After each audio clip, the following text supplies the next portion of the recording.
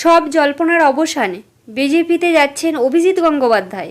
মঙ্গলবার সাংবাদিক বৈঠক করে জানিয়ে দিলেন তিনি বিচারপতি দায়িত্ব ছাড়ছেন। ঘোষণার পর থেকেই তিনি কোন দলে যোগদান করছেন সেই নিয়ে আগ্রহ ছিল সকলের। এই দিন নিজেই তার অবসান ঘটালেন। যদিও তিনি বিজেপিতে যোগ দিচ্ছেন বলে গত কয়েকদিন ধরেই কানাঘুষো শোনা যাচ্ছিল। মঙ্গলবার সকালে দেশের রাষ্ট্রপতি এবং কলকাতা হাইকোর্টের প্রধান বিচারপতি শিবগানামের চেম্বারে গিয়ে পদত্যাগপত্রের প্রতিলিপি জমা দেন। এরপর দুপুরে সাংবাদিক বৈঠক করে বিজেপিতে যাওয়ার ঘোষণা করেন তিনি।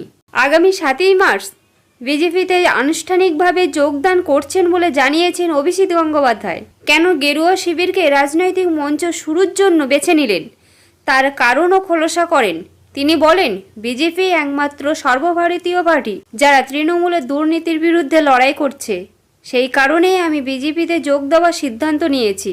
তৃণমূল যেভাবে লাগাতার আক্রমণ করে এসেছে, রাজনীতির ময়দানে দেখে নেওয়ার চ্যালেঞ্জ ছুড়ে দিয়েছে, তার জেরেই রাজনীতিতে নামার সিদ্ধান্ত বলে আগেই জানিয়েছিলেন অভিজিৎ গঙ্গোপাধ্যায়।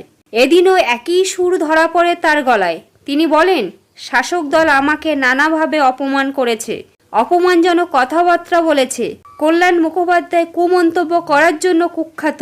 সম্ভবত ওর বেড়ে ওঠার মধ্যে সমস্যা রয়েছে।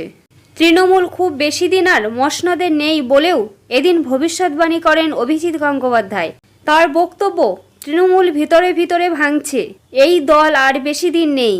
এই মুহূর্তে তৃণমূল কোনো রাজনৈতিক দল নয়, যাত্রাপার্টি। তৃণমূল দুষ্কৃতীদের দল। তাদের পালার নাম মা মাটি মানুষ। 2026 পর্যন্ত তৃণমূল দলটা টিকবে না। আমার ধারণা 2009-এ সিপিএমের যে অবস্থা হয়েছিল, 2024-এ তৃণমূলে সেই অবস্থাই হবে।